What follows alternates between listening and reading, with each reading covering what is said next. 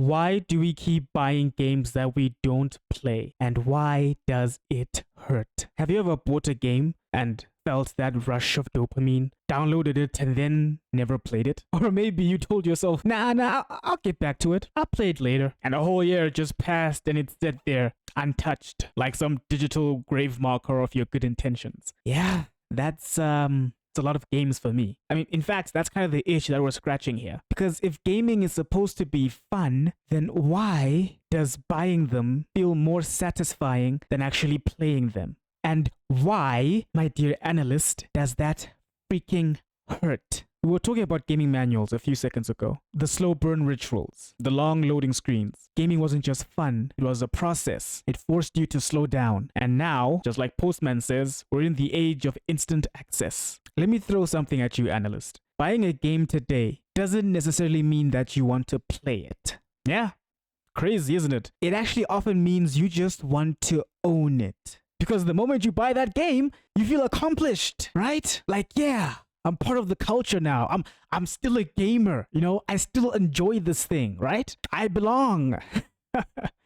But here's the catch. It's the illusion of involvement. It's passive participation maxed as engagement. And this isn't by accident. Believe it or not, it's actually by design. Steam sales, PlayStation Store discounts, Epic Games giving out free titles every week. You don't even need to want to own the game. You just need to see a red tag that says 50% off or just says 75% off. Can be a red or blue tag depending on what store you use. But that's what I'm talking about, analyst. Like, that's what you call digital hoarding, dressed up as fandom. Postman said that in the age of television, everything, even the news, has to be somewhat entertaining in order for it to survive. And in our world, that same rule now applies to gaming as well. Isn't it crazy how the store is now more fun than the game itself? How the trailers are more exciting than the story? And bruh, I felt that. Especially with God of War Ragnarok. Because I'm not sure if it was the second or the third trailer. The last trailer before God of War Ragnarok released. That trailer was all levels of hype. The stuff that they were showing us in the trailer, it had you going, dude, we're starting Ragnarok? What the hell is going on? Why do we have mermaids in the game? What is this giant fish that is flying in this? What is happening? Thor? We're fighting Thor? Like, dude, this is going to be the best game that has ever been made in the last, I don't know, 2 decades. Doesn't really matter, but it's going to be so freaking fantastic. All that hype and anticipation. For what? Because eventually, God of War Ragnarok did release, and it did not live up to the hype. I may be in the minority, but God of War Ragnarok was a waste of money. I was so disappointed by that game, bro. I literally enjoyed the trailer more than I did the game or the story. Kratos was making stupid decisions. I didn't know whose game this actually was. Am I like, who's the protagonist? Is it Kratos? Is it Atreus?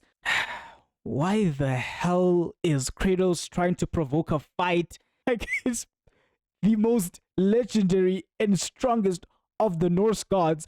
Both of them are in your living room. They give you a deal and you just throw it back in their face. I couldn't understand the decisions that Kratos was making. The entire game was stupid. The whole scene of starting Ragnarok, Atreus shooting the arrow, having the wolf chase after it, was just to change the night and day. Like, what kind of stuff?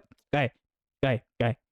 All of this to serve my point that the trailers are now more interesting than the story that the games present or that the games sell to us these days. We have pre-order bonuses that are far more exciting than the gameplay itself. You see, all of this stuff, you're not lazy, analyst. You're really not. You've just been gamified before the game even starts. I'm not gonna lie, man.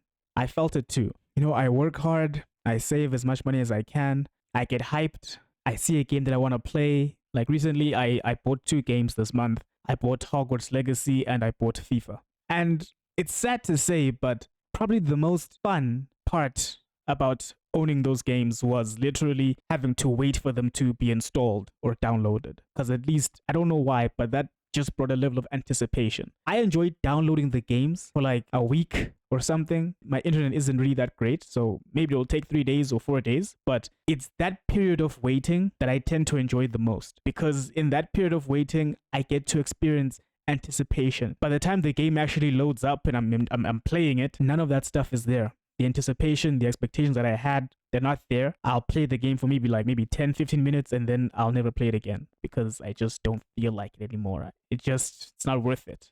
I'm playing FIFA. I'm playing with my bro. Couch co-op still remains undefeated to this day. And I'd say that's the only reason why I actually play it. Unlike back in the day, I would play FIFA because I really just enjoyed the game. I enjoyed the story mode, the career mode. I'd play it all day. And it was okay for me to play it by myself. But these days I find I'm unable to play FIFA by myself. And it always keeps happening. Each and every single time I'll see a game that I want to play and I'll tell myself it's going to be different this time. I'm actually going to finish this game, but I can't remember the last time I actually finished a game that I was really hyped up to play. At least I can confidently say that I finished God of War Ragnarok, as much as it was a grind and a drag to get through that game, but I managed to finish it. I finished God of War 2018, I finished Red Dead 2, I finished Devil May Cry 5, but as for the more recent and newer games I've bought recently, it's hard, bro. Then the weird thing is, after I get bored by the game, I find myself on YouTube watching gameplay for a next upcoming game that I'm probably gonna buy and never play again, you know? If you told me that this is what I'd be suffering from